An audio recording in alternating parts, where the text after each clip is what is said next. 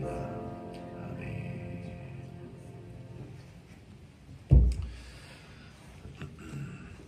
하나님 말씀은 창세기 20장 말씀 보겠습니다. 창세기 20장 1절로 7절 말씀까지만 보겠습니다. 창세기 20장 1절로 7절 말씀의 내용은 아브라함이 소돔 고모라의 멸망을 보고 또 롯과 결별한 이후에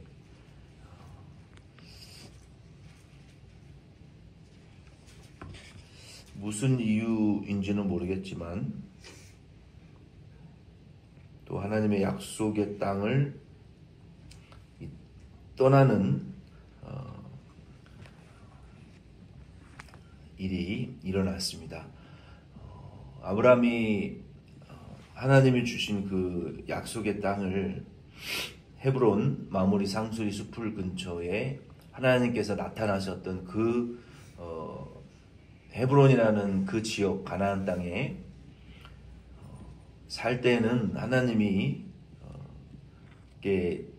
제사를 드렸고 제단을 쌓았다라는 표현이 기록이 되어 있는데, 아브라함이 애굽으로 내려가거나 또 본문의 이 그랄이라는 지역으로 내려갔을 때에도 보면 하나님께 제단을 쌓거나 하나님께 예배와 제단 중심의 그 삶을 살았다라는 기록이 없어요. 그럴 때마다 아브라함이 연약해지고 또 하나님의 약속을 의심하고 또 인간의 지혜를 붙드는 이런 그 모습을 보여준단 말이에요. 창세기 18장에 보면은 하나님이 이제 거의 최종적으로 아브라함에게 나타나셔서 믿지 못하는 비웃는 사라에게도 하나님의 약속을 확증시켜 주시고, 그리고 천사를 대접하고 그 하나님의 언약을 이제 확증하다시피, 거의 확실시하다시피 하나님이 나타나셔서 그 하나님의 그 큰 임재와 영광을 보고 하나님의 그 아주 지극히 개인적이고 아주 친밀한 그 하나님의 임재를 아브라함이 경험한단 말이에요. 그게 불과 몇 년 전도 아니고 몇 달 전도 아니에요. 불과 얼마 전에 하나님의 그 강력한 임재와 약속을 체험하고 났는데 그 롯이 심판을 받는 것을 보고 아마 아브라함이 무슨 이유인지는 모르겠지만 두려움에 휩싸이고 또다시 제단과 하나님의 약속 중심이 아니라 그 인간 중심의 그 자연인 아브라함으로 다시 돌아서버리는 이런 실패를 하게 됩니다. 1절로 2절 말씀 먼저 같이 읽겠습니다. 창세기 20장 1절로 2절 같이 읽겠습니다. 아브라함이 거기서 네게브 땅으로 옮겨서 가데스와 술 사이 그랄에 거류하며 그의 아내 사라를 자기 누이라 하였으므로 그랄 왕 아비멜렉이 사람을 보내어 사라를 데려갔더니. 아멘. 이 그랄에서 아브라함이 또 실패를 합니다. 아브라함이 헤브론 마므리 상수리 숲을 18장 1절 이하에 보면은 그 마므리 상수리 숲을 헤브론이라는 하나님의 약속, 하나님이 나타나시고 약속을 확증하시고 내가 너에게 후손을 주고 이 땅을 주고 민족을 주겠다라고 하시는 그 약속이 있는 곳을 떠나고 그랄이라는 곳에 내려갔어요. 이 그랄이라는 그 동네의 의미는 여관집, 뭐 하숙집, 뭐 그런 임시 숙소라는 그런 의미인데, 아브라함이 거기에 내려갈 때, 그러니까 거주지를 옮기는 것이죠. 창세기 12장 13절 말씀에도 보면은 애굽으로 내려갈 때에도 아내에게 당신은 내 아내라고 하지 말고 우리는 부부가 아니라 오빠와 동생 사이라고 말하자. 근데 실제로 사라는 이복 누이였어요. 아브라함의 이복 누이, 배가 다른 이제 누이였는데 어쩌면 거기에서 힌트를 좀 얻었는지 모르겠지만 너와 나는 부부 사이가 아니라 당신과 우리는 부부 사이가 아니라 온누이 관계라고, 내 동생이라고 이렇게 말을 하죠. 왜냐하면 아내라고 하면 또 당신을 빼앗아 갈 수 있으니까. 어떤 그런 그 인간적인 좀 교활한 지혜를 이 아브라함이 12장 13절에도 했다가 큰 그 위기를 당했었잖아요. 근데 이번에도 또 그랄 땅으로 내려갔는데 거기에는 왕이 있었어요. 그러니까 왕이 있다라는 것은 그 지역이 한 나라가 있었다는 것인데, 거기에 가서 왕에게 혹은 다른 그 강한 그 종족들에게 자기 아내를 뺏길까봐 거짓말을 했단 말이에요. 근데 지금 아브라함의 나이가 99세? 사라 나이가 89세란 말이에요. 근데 무슨 그 여성적인 아름다움이 있었을까요? 경수도 끊어졌는데.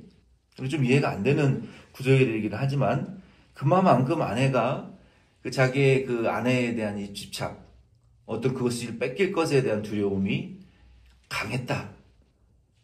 여전히 자연인 아브라함으로 다시 돌아가 버린 거예요. 불과 2장 전에 하나님이 나타나셔서 정말 놀랍고 경이로운 약속과 임재를 보여주셨는데, 다시 자기의 것을 빼앗길까봐, 죽을까봐 두려워하는 이런 두려움에 사로잡혀 있다라는 거예요.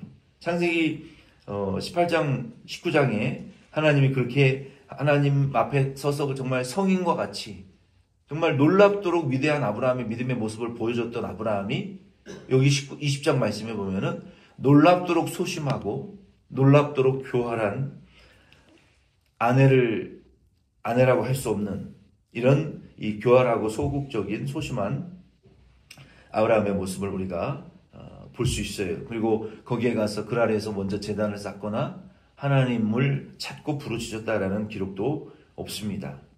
이와 같이 나약해져 버린 아브라함의 모습을 보면서 우리 성도들도 마찬가지예요. 우리들도 하나님의 임재 앞에 있을 때, 하나님의 그 은혜의 충만함에 있을 때에는요, 마치 담대해요. 담대해져서 우리가 이 주먹으로 이 앞에 보이는 이 로키 마운틴 산을 치면 산이 날아갈 것 같은 이런 권능이 임하는 것 같고, 막 우리의 주먹이 태산보다도 커지는, 우리의 마음이 막 부풀어져서 온 세계를 무너뜨릴 수도 있을 것 같고, 불가능을 가능하게 할 수 있을 것 같은 그런 하나님을 만나면, 하나님의 임재를 경험하면 이제는 됐다, 이제는 기도만 하면 모든 것이 다 이루어질 것 같은 이런 그 풍성함과 충만함이, 그 거짓말 가짜는 아니에요. 우리가 하나님을 만날 때, 하나님을 경험하게 되면, 하나님의 그 임재 앞에 the presence of God, 우리가 하나님의 임재를 우리가 경험하게 되면은 우리가 하나님의 그 충만하심이 우리에게 옵니다. 그 하나님의 그 불과 태양보다도 뜨거운 그 하나님의 그 강렬한 능력이, 권능이 우리에게 임해요. 그래서 하나님의 임재 앞에 설 때는 모든 세상이 나 하나만 집중하는 것 같고, 하나님이 모든 사람 중에 나 혼자만 바라보시고 이 세상에 나만 존재하는 것 같은 이런 그 하나님의 임재를 우리가 그 치료와 은혜와 능력과 권능을 우리가 하나님 앞에 경험하게 됩니다. 그리고 하나님의 약속도 받고, 하나님의 우리의 고쳐주심도 받고, 우리가 그 하나님의 은혜 가운데 있을 때는 그래요. 그러나 그 은혜의 임재의 경험을 우리가 마치고 기도를 끝내고 일어서는 순간 급속도로 우리는 현실 세계로 돌아오게 되는 거예요. 돌아와서 다시 그 은혜가 약해지고, 또 하나님의 임재의 경험이 약해지고,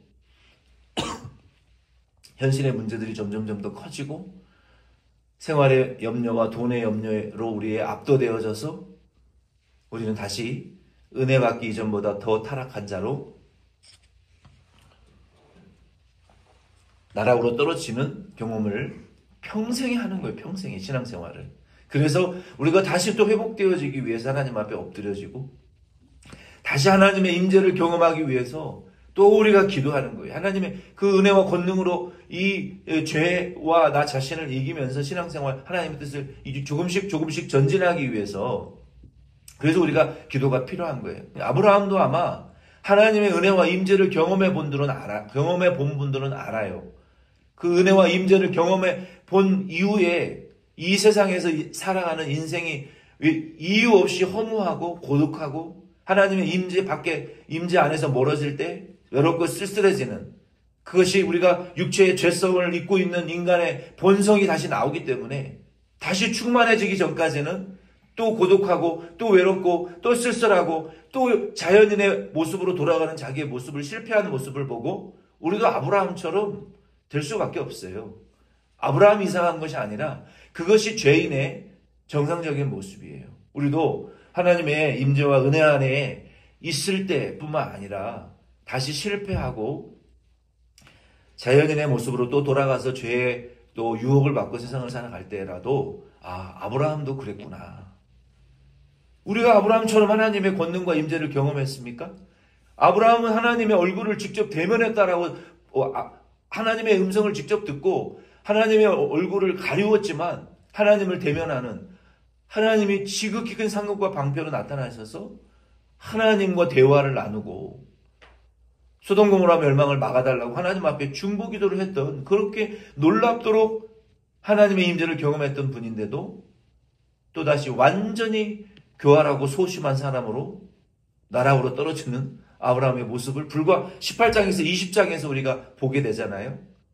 우리도 얼마만큼 아브라함보다 더 자연인의 죄인의 본능으로 우리가 이 세상을 살아가겠냐는 거예요. 그래서 우리가 또 하나님의 임재와 은혜 안에 들어가야 되는 존재라는 것을 이 말씀을 통해서 우리가 깨달을 수 있어요.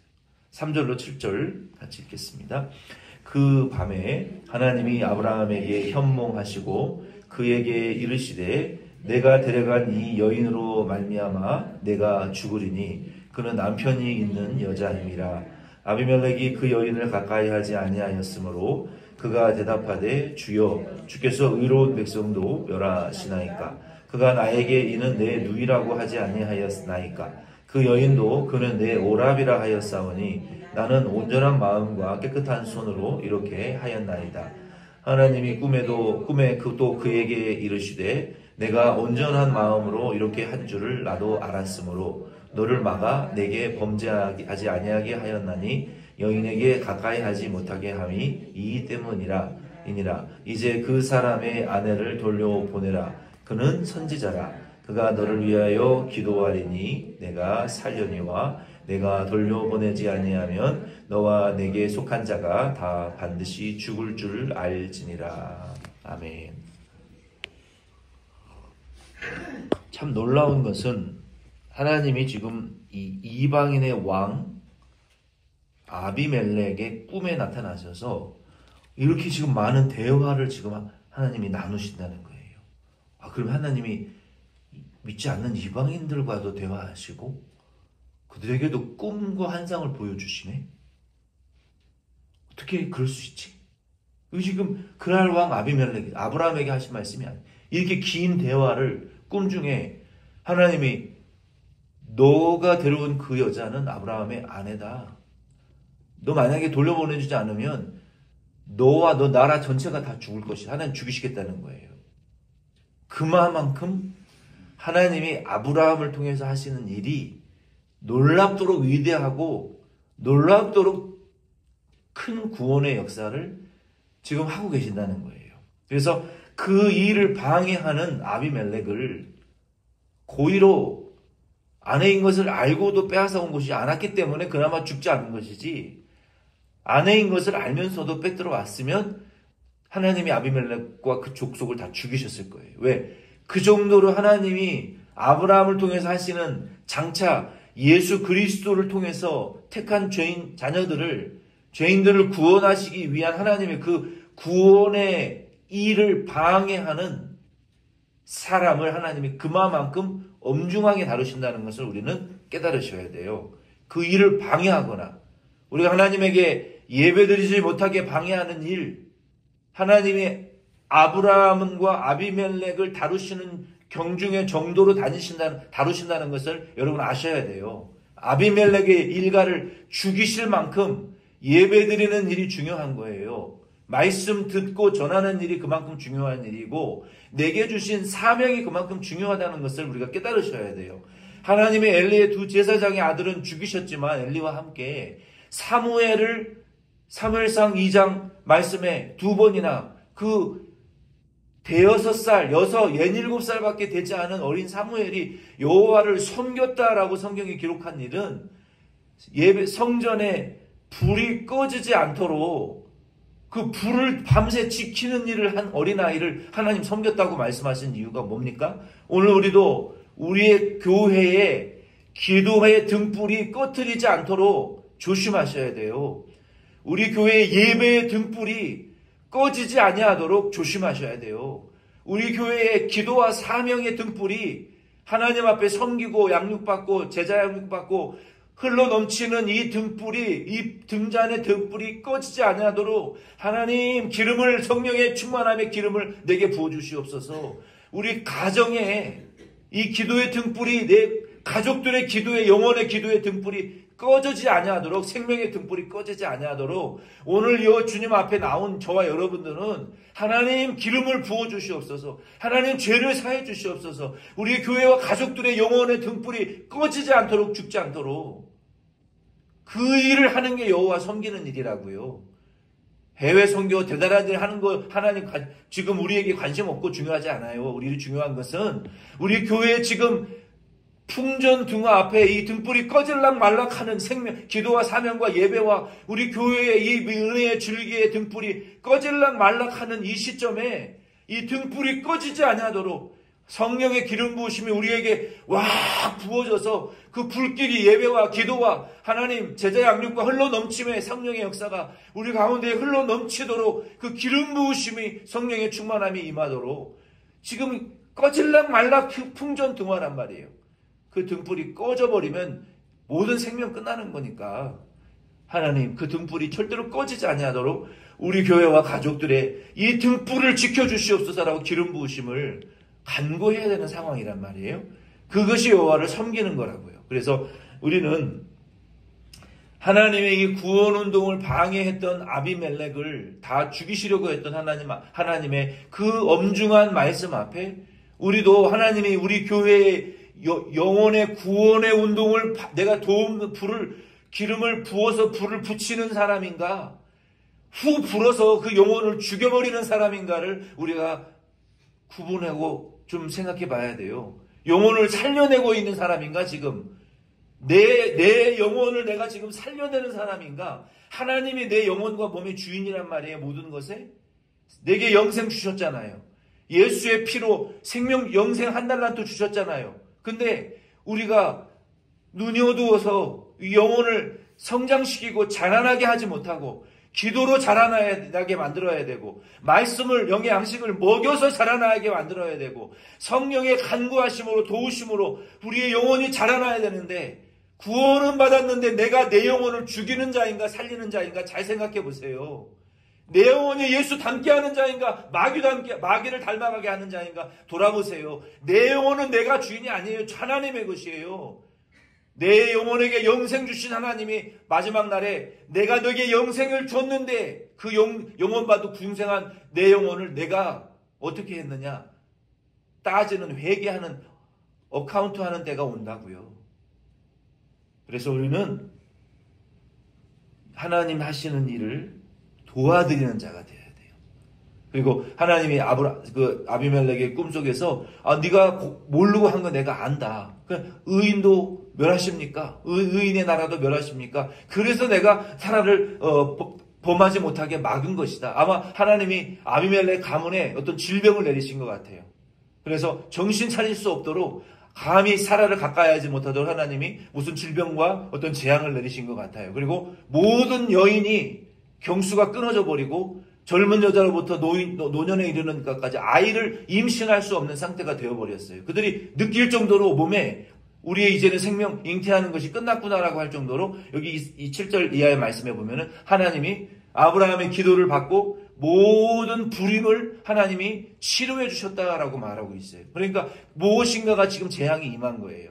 그래서 아브라함이 선지자인데 선지자라는 것은 프라핏, 나비, 이런 나비예요. 나비 선지자가. 그래서 나비라는 것은 라바이라는 것이 그 나비라는 것의 언어에서 나온 거예요. 나비 선지자, 라바이.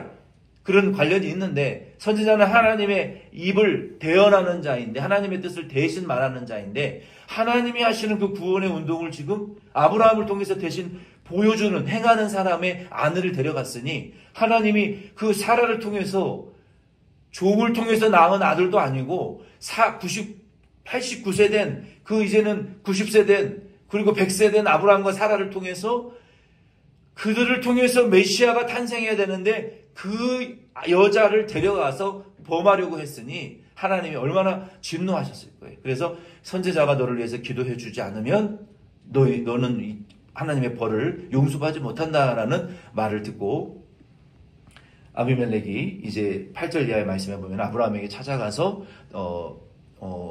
용서를 구하고 또 하나님의 뜻대로 기도를 받고 온 집안이 치료받는 그러한 이제 내용이 다음 주에 살펴보겠지만 나옵니다. 오늘 이 말씀을 통해서 저와 여러분은 하나님이 우리가 죄 지을 만한 상황에서요. 얼마든지 타락하고 죄 지을 만한 상황에서 하나님이 우리를 딱 막으실 때 이게 엄청난 은혜라는 것을 여러분 깨달으시기를 바랍니다. 그래서 예수님께서 우리를 시험에 들게 하지 마옵시고 다만 악에서 구하옵소서라고 하는 말씀이 엄청난 은혜예요. 하나님이 다윗이 간음하지 못하도록 막으실 수도 있었지만 막으려고 하셨어요. 그러나 다윗이 범했단 말이에요. 그러나 더 큰 은혜를 주셨죠. 하나님이 우리도 내 생각과 판단으로 죄를 짓고 내 생각과 판단으로 하나님의 뜻이 아닌 것을 그르쳐 행하지 않도록 하나님이 때로 우리의 모든 발걸음을 딱 막으시는 것을 막으실 때 여러분 그때 바짝 났다 엎드려서 하나님 앞에 얼른 깨닫고 회개하시고 자기를 돌아보셔야 돼요. 하나님 왜 우리의 길을 막으시는가? 왜 내 계획을 차단시키시는가? 왜 내 인생을 간섭하시는가? 됐어요. 냅둬요. 내 마음대로 할게요. 그러고 나가다가는 진짜 죄짓고 나락으로 떨어지는 거예요. 하나님이 내 인생을 막고 차단하시고 길을 형통하게 못하게 하실 때에는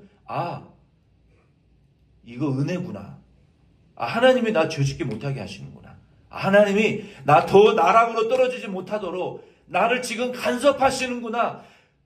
빨리 모든 것을 내려놓고 깨닫고 하나님 앞에 엎드려서 자기를 돌아보시고 회개하셔야 돼요. 이거 하나님이 하신 거구나.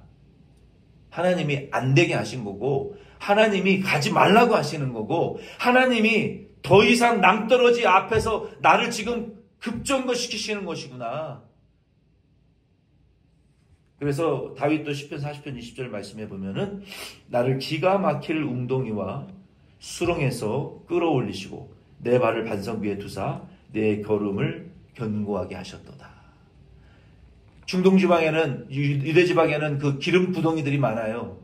유전이 지금도 그 석유 원료가 풍풍 올라오는 그 타르 부덩이들이 많은데 거기 빠지면 그냥 뼈도 녹아서 죽습니다. 타서 그런 웅덩이들에서 지나고 나니까 내가 이 길로 갔으면 꼼짝없이 이 웅덩이에 빠져 죽을 건데 하나님이 그걸 막으신단 말이에요. 막고 내가 볼 때는 일로 가야 되는 길인데 하나님이 여기를 왜 못 가게 하시는지 몰라. 근데 지나고 나니까 사람들이 거기에 풍덩 빠져서 다 죽는 거야. 하나님이 나를 이 길로 못 가게 하신 이유가 있었구나. 그렇게 하나님이 우리를 그 길로 가지 않게 하시는 그 길. 우리의 자녀들도 마찬가지예요. 하나님이 그 길로 안 되게 하시고 못 가게 하시고 더디 가게 하시고 돌아가게 하시는 이유는 남들처럼 그냥 쭉쭉쭉쭉 형통하게 안 하고 또 낮추시고 만드셔서 그 다음에 돌아가게 하시고 꼬불꼬불 가게 하시는 것도 그거 다 하나님이 하시는 것을 우리는 깨닫고 죄짓지 않게 하시기 위해서 망하지 않고 속히 타락하지 않기 위해서 하나님이 돌아가게 하시는 거구나.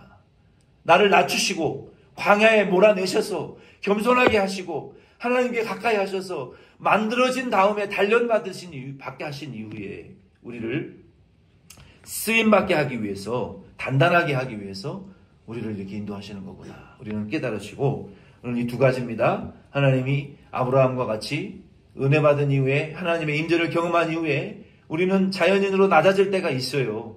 그럴 때 누구를 생각하시라고요? 아브라함도 그랬는데 내가 뭐라고 더 엎드려지고 더 기도하고 더 겸손해야지. 내가 뭐라고 내가 하나님의 임재도 제대로 경험해보지 못했는데 여러분 깨달음을 얻으시고 두 번째는 하나님이 우리를 막으시고 형통하고 하지 못하고 돌아가게 하실 때 뭔가 이유가 있고 뭔가 내가 깨닫지 못했고 뭔가 아직도 내가 만들어지지 않았고 무엇인가 더 기도해야 될 문제가 있기 때문에 돌아가게 하시는 거구나.